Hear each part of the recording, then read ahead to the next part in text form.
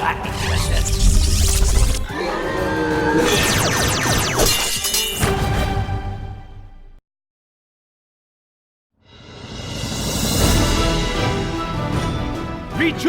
ye penny-pinching nerds, rejoice! For this is a season unbound by our bank accounts, unfettered by fees. A legendary age of liberty. This is the summer of free! Hey guys, Peter Franson here from christiangeekcentral.com and Spirit Blade Productions, here with more Summer of Free. Now, for each installment of the Summer of Free this year, I've been recommending one geek movie and one video game documentary. The movie recommendation this time is Black Death, a dark, medieval, low-fantasy movie starring Sean Bean that you can watch at tubitv.com. That's tubitv.com. You probably missed this one, but I do think it's worth checking out. Here's time-traveling Pater joining us all the way from episode 178 of the Spirit Blade Underground podcast, rebranded at episode 501 as now the Christian Geek Central podcast. Pater, what did you think of this one? Black Death takes place in England in the 1300s during the Black Plague. Sean Bean of Lord of the Rings and a few other movies you'd know him from plays a knight of the church who has taken up the cause of hunting down the supernatural evil that he believes is the source of the plague.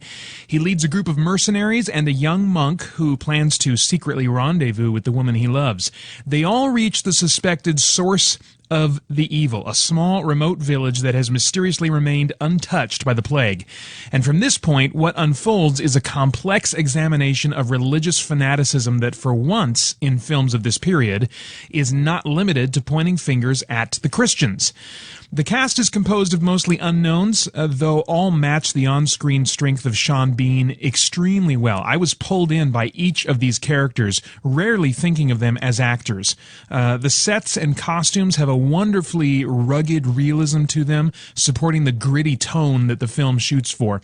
I would have liked a little more production value in the shooting of the film. One or two helicopter shots would have been nice during travel scenes, even though it's not like an epic fantasy. Something that opens up the world a little bit would have been nice. The film seemed a bit too grounded at times, which maybe you'll understand what I mean if you see the movie.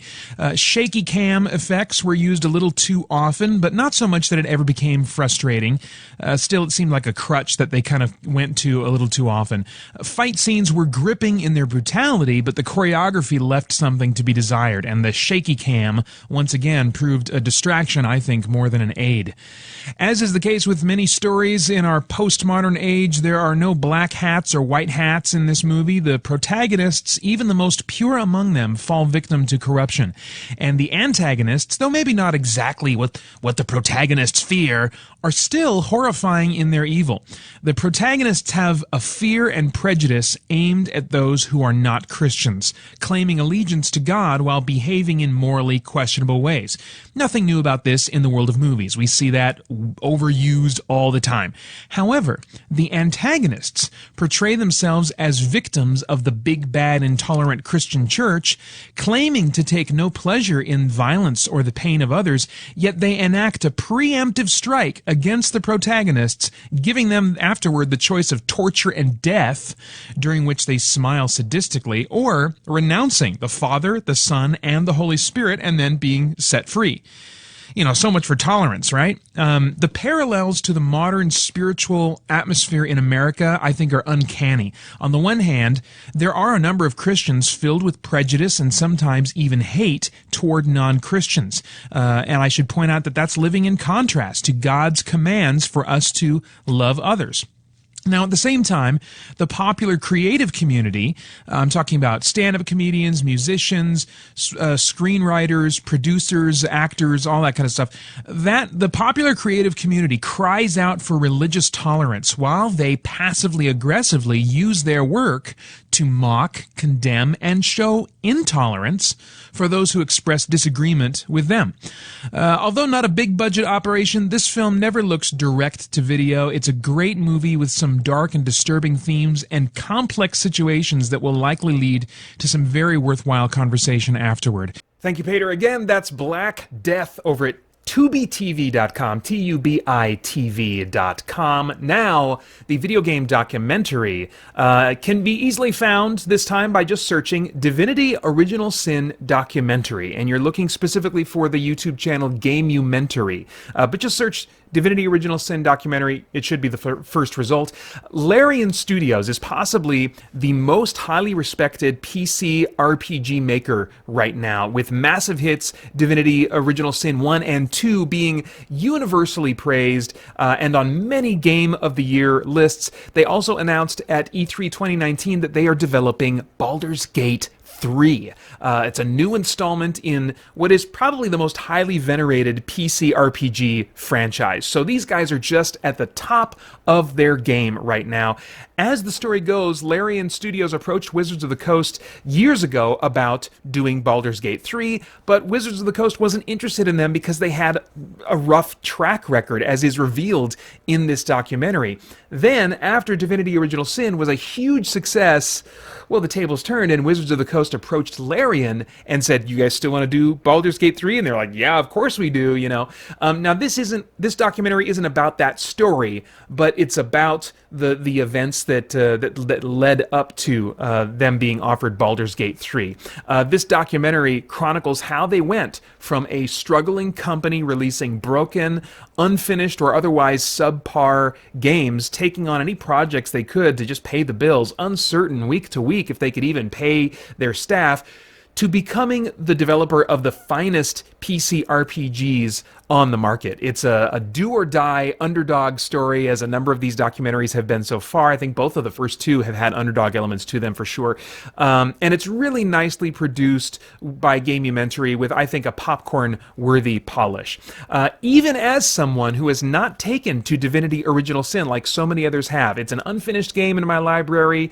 I keep kind of coming back to it every once in a while, but then I'm just like, this is not quite what I'm in the mood for. So I'm someone who is not like really taken by Divinity Original Sin 1 and 2, but still I have really enjoyed this documentary as a fan of fantasy gaming in general, and as a struggling creative type myself, and I think a lot of geeks have some element of struggling creator in them. So anyway, definitely recommend Divinity Original Sin Documentary. Just do that search on YouTube and look for the Gamementary channel. And now for just to add some value to these installments, I thought would be nice to offer some rapid fire recommendations, things that I won't give full reviews for, but that I think maybe are worth checking out, that are available for free to watch. The first would be some offerings over at tubitv.com, tubitv.com, which include some original cast Star Trek movies. If you've always been curious and you've never, checked any of those out before, or if you're, a fan and just are interested in revisiting them, they have Star Trek 1,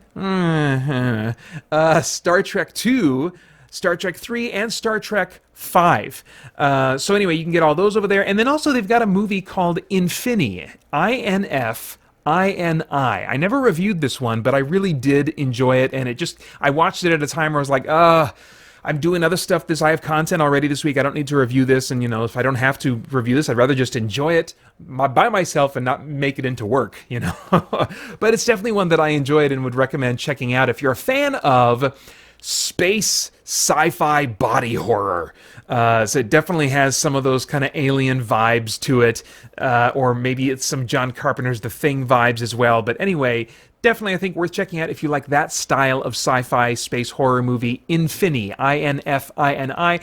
Then going over to SonyCrackle.com, they have Final Fantasy VII Advent Children, which is kind of a sequel story to Final Fantasy VII, and for those that are maybe hyped for the remake of Final Fantasy VII and that are already familiar with the story, maybe this is something you'll want to dip back into. Now, this isn't the extended cut. There's an extended cut that I understand added a bunch of footage to the battle with Sephiroth, spoilers, and that is not part of this cut as far as I know, but I mean, this is an insanely high octane visual experience.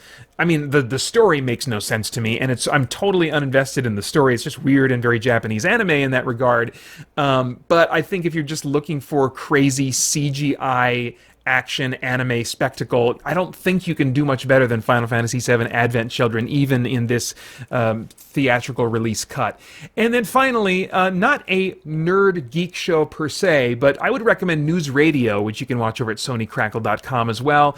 It's set in a very non-geek environment, but it is clear after watching, I think, just a few episodes that there are some geeks that were on the writing staff of this show. There's some geek love that's liberally introduced to the script, and more so, I think, as the show progresses. So that's something that I, as a geek, have found enjoyable.